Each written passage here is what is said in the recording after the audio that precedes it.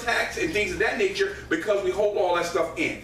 Wow, that's huge. Recognizing and accepting you as a man who is highly sensitive is the first step. Sensitivity is a gift, not a weakness. I will say that again. Sensitivity is a gift, men, not a weakness. And it means that you are creative, empathetic, and able to appreciate wonderful sensory elements in the life like music, art, fragrances, and the colors that other people often miss.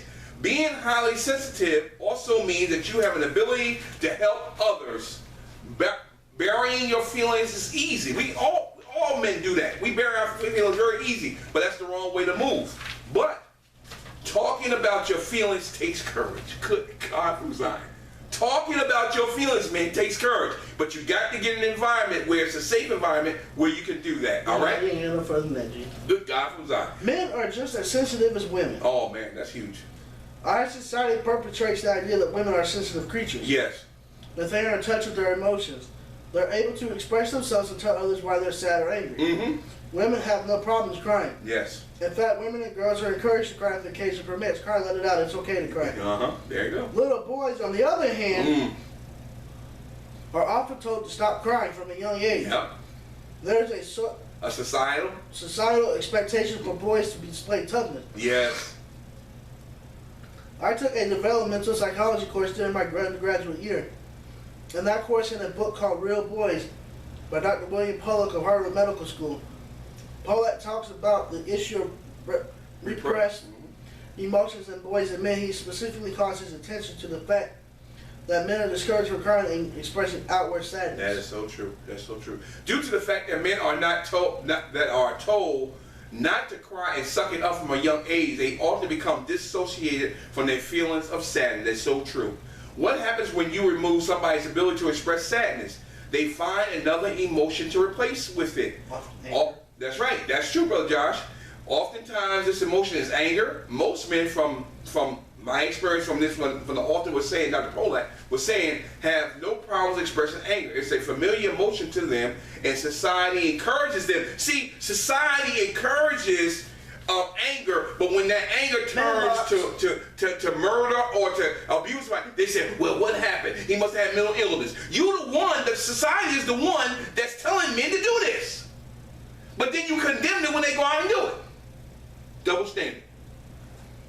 Let's go down to sacrifice, brother. Sacrificial care. Here it is. Many couples find themselves in a battle over whether either person is genuinely in tune with others' life. We talked about that earlier, about being in tune, being synchronized, all right? Men can seem disinterested or distant. They may also seem to put personal concerns over their relationship, which is true sometimes. It can lead to women feeling like they are always the one who has to sacrifice for the relationship, or they are always the one who is led to compromise. And that's not fair. And it's not, women. I don't want you to feel that way. Because men, we sacrifice love. We may not say it, but we do a lot of sacrificing. As the distance between reality and perfection continues to increase for couples, it's time for men to break their silence. You see, oftentimes, many men are sacrificing every day in their relationship to keep the peace. And that's so true. I agree with that. But they don't broadcast it. We don't talk about it. And it's often let it be known to their significant other that the sacrifice was made. Women go along thinking that they're the ones making the most sacrifice, but there are a few ways that men make sacrifices in a relationship all the time. Brother Josh, I don't think I got to read them. Brother Josh gonna go through all 4 or 5. He's gonna just call them off. Friends. We give up our friends to be with our girl, don't we? Yeah. We have a friend, but as soon as we meet that girl, we don't want to talk to that guy no more because we want to knock it down every night. Road dog. Our family. Our family. Sometimes we do that. We distance ourselves from our family because we want to deal with that girl. Sports. Sports. That's so true. Sometimes, and I know I love sports. Sometimes you got to sacrifice for watching the game to do things for your family.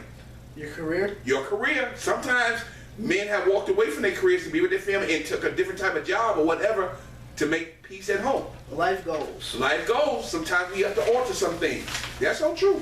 That's you. So women, those are some of the things that men go through to sacrifice to please you. I'm not saying that we as men are perfect. And I still say we still have to be emotionally in touch with you. But these are some of the sacrifices that men go through to please you as a woman. I'll go through them again. Friends, they go with their friends, their family, they sometimes walk away from their family. Sports, they may give up the sporting, dealing with the men going out playing basketball, their career, and their life goals. All right?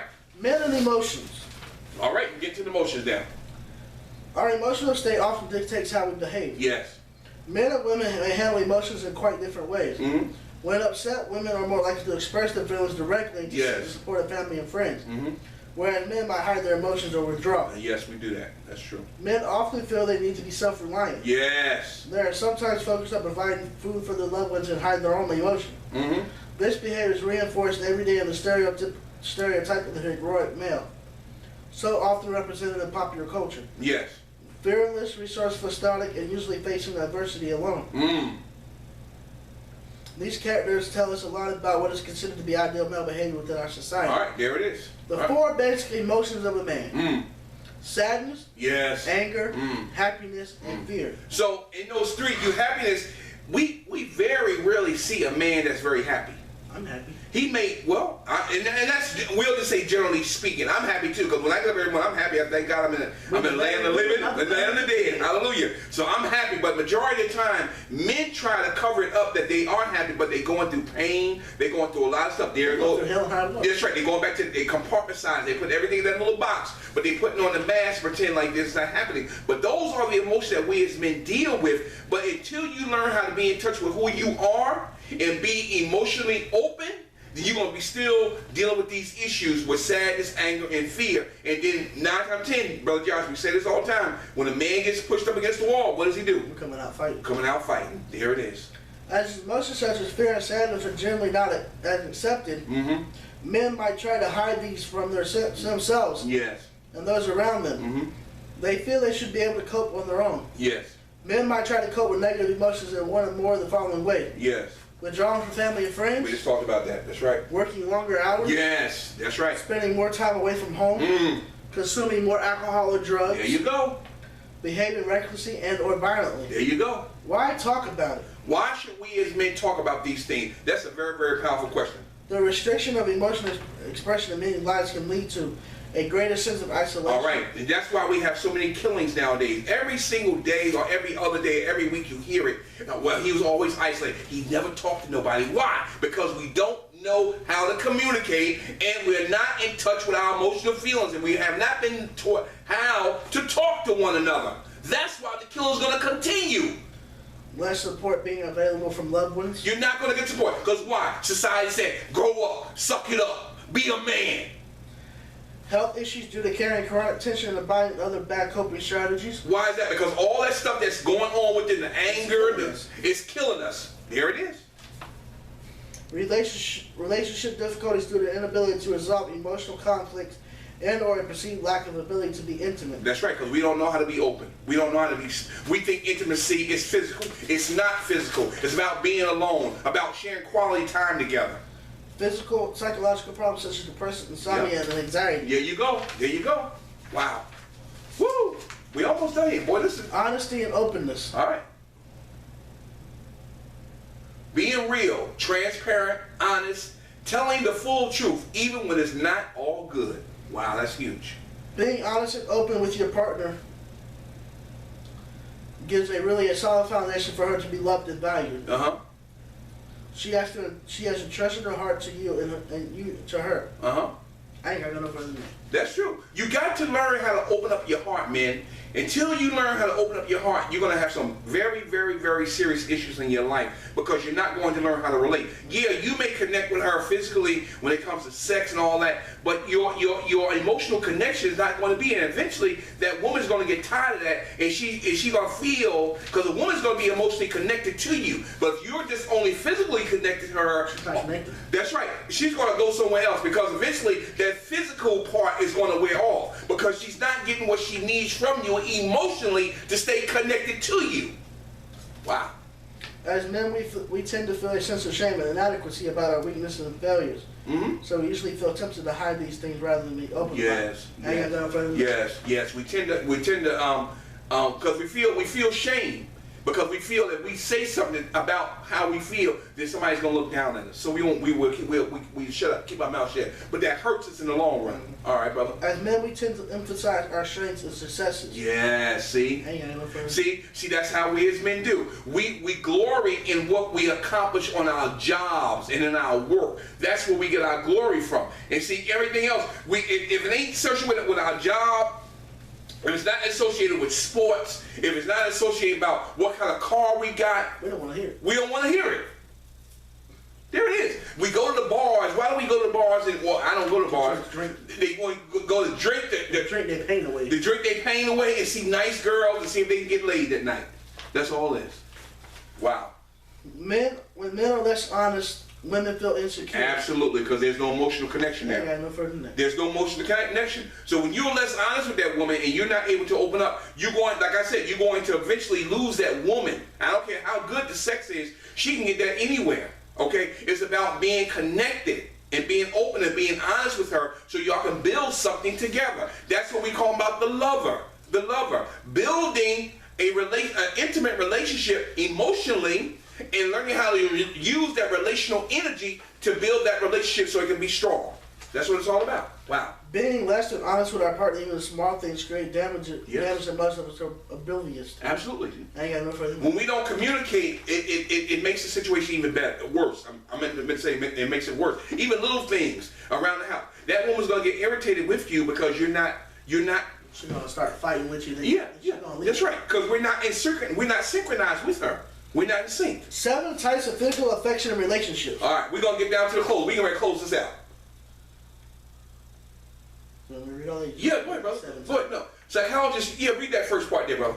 Psychology knows a great deal about the role of emotional connection between romantic partners, but little about the physical affection side of the equation. Yes. Yet in daily life, everyone can attest to the mental, if not physical health, benefits of kissing with a loved one. That's right, absolutely, because that's not only is that an emotional release, it's a physical release as well. The starting point in all this is deciding what we mean by physical affection. Physical affection. According to the Brigham Young team. Yeah, Brigham Young. Yeah, Mormons rule. It's best defined as any touch intended to arouse feelings of love in the giver and/or recipient. For the purposes of developing a classification scheme of physical affection in general. Excuse me.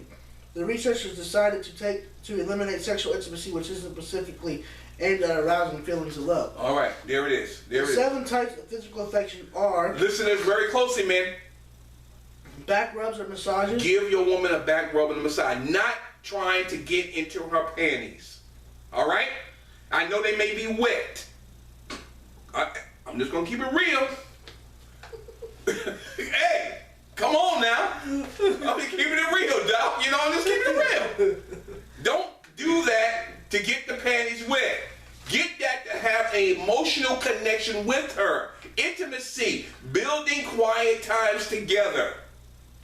No, I'm just going to keep it real, dog. I know. I didn't think you were going to go there. Hey, I had to go. Come on now. We men. Caressing or stroking. Caressing, meaning gentle touches to show her that you appreciate her. Touch her on her hand. Touch her on the side of her face or her neck. Touch her, tap on her backside. Let her know that you appreciate how she looks. Cuddling or holding. Yes, there it is, right there. Watching TV on the couch. Looking at TV. Listen to music. There you go. Ain't nothing wrong with that. Ain't nothing wrong with that. Hugging. That's right. Holding hands. Holding hands. Kissing on the lips. Yes. And kissing on the face. Yes. Hallelujah. Good job. Among the Brigham Young sample of all forms of physical affection except holding hands and caressing stroking were strongly related to the degree of satisfaction the participant felt with the relationship and the partner. There is no connection between the amount of physical affection and the amount of conflict. Yes. But holding, kissing, hugging are all associated with how easily the couple resolves conflicts they do experience. Okay. So basically what it's saying is when you express through your actions of cuddling, holding, kissing on a hug, on a cheek or whatever, that's showing that not trying to lead to an intimate connection, but it's trying to create an emotional connection there. Okay, the physical is going to always be there because God created you for procreation. All right, that's not even an issue here. But to build that relationship, for us to build a relationship, we have here MSF. I had to be emotionally open to create the relationship. All right, same thing with a woman, with that woman in your life, man. Go ahead. What is it about the spiritual? What about the physical affection that seems to make it such a key factor in relationship satisfaction? As I stated in response to a series of questions that participants in the study, the participants in the study believe that physical affection helped them feel more loved and understood. Stop right there. Physical affection helped them feel more love. That's true, because we got to understand this, Josh. Men need to have sex to feel love. But a woman needs to feel love to have sex. Yep. So there's two different things. So there's always going to be a conflict there, because there's not a balance there, because the woman needs the emotion, the men need the physical. So if you're able to spend emotional time with her, intimate time with her to build a relationship, then you're going to be balanced now, because now you're in touch with her. See, a woman don't have a problem having the sex with a man, but she needs to feel love that man's not taking her for granted and just want to get in the bed and knock it down. Your turn right here. All right, okay. Given the common stereotypes of how men and women differ in what they value about relationships, it must be surprising for you to learn that they really were no gender differences. There are no gender differences in attitudes towards the importance of physical affection. However, when asked to rank the 7 types of physical affection, which we just went through, Brother Johnson talked about that, men and women did show differences in the manner of physical affection they expressed to their romantic partner. Men gave the strongest preference to kissing on the lips. Why? Because that leads to knocking it down. All right? Or road dogging, as Brother John said. Kiss on the lips and back rub and massage, because he knows that's going to lead to something. Stating that they felt that these forms of affection was expressive love, but he's thinking in his mind is physical love. That's what he's thinking about. Women preferred, here it is, look at the difference. The women preferred cuddling, holding hands as a way of expressing the feeling, because it's in intimacy. Additionally, though, when asked to rate how much they enjoyed each form of physical affection, it turned out that although men like giving, women also like getting those massages and rub downs. Fortunately, both men and women like kissing on the lips, or the men would have no one to give. That's right, exactly. These ratings of enjoyment of physical affection also show that women more than men like to be hugged. Absolutely. Men don't hug and be hugged. That's right. Men don't want that physical contact unless it's sexual. Other than that, they don't want to be bothered with it. And see, that's the problem. Like we said, there has to be some kind of synchronization there. You got to be in tune with one another. When you're in touch with her emotional feelings, then she'll be in touch with your physical feelings. Until that time, there's going to be a problem. But to end this out, to be in balance, all 3 of those things, the king, the warrior, the friend, and the lover, all have to be balanced out. If not, one is going to override the other, and you're not going to be successful. You may continue to live, but you're not going to be successful in those areas in your life on how God created you. Because you just said, Brother Josh, about God said, if you are not tender, if you're not caring, then you're not going to be able to be the leader that God created you to be. Praise be to God. I'm going to read this last thing, and we're going to close this thing up. Man, this has been good, Brother Josh. You might agree that couples who are happy naturally engaged in more physical affection. You might argue that couples are happy naturally engaged in more physical attraction. So it is the relationship satisfaction that causes the affection rather than the other way around. There will never be an experimental ways to prove that physical affection can bring about greater happiness among couples in existing relationships. That is so true. However, we may not need the ultimate experiment to be conducted in order to highlight the role of physical affection in relationship satisfaction. People whose relationships are in trouble can benefit from taking a page out of the playbook of their happy counterparts. Hugging, holding hands, giving back rubs seems like simple ways to start rebuilding bonds between couples who are losing their feelings of emotional connection. There it is. Men, create the emotional connection with the woman in your life, and then you'll be bonded back together. So to tie this whole thing up, the king, we know that God created all men as a boy. The king is in him. But God, you got to get around somebody so that king can be brought out of you as a boy. So when you grow into adulthood, you'll know how to be a king. Brother Josh, the warrior. That's where you weren't here for the warrior. The warrior means learning how to take control of certain things in your life when it's necessary. Not to be overpowering. Not to try to control people, but be there to support people when they need your support, when they need your strength. You need to be there as a support factor. Touching my friend. What do you feel about the friend thing? It's so true, because we have to balance it out. Yes, absolutely. Absolutely. So you can't have one friend that always going to put you down and you being nice. Yes. It ain't going to work. That's right. It's like a weight balance. It is. They both gotta be even. They gotta be for you to even. free. That's right. That's right. And how about the lover? As we just finished up tonight, that was huge. That was huge. Intimacy.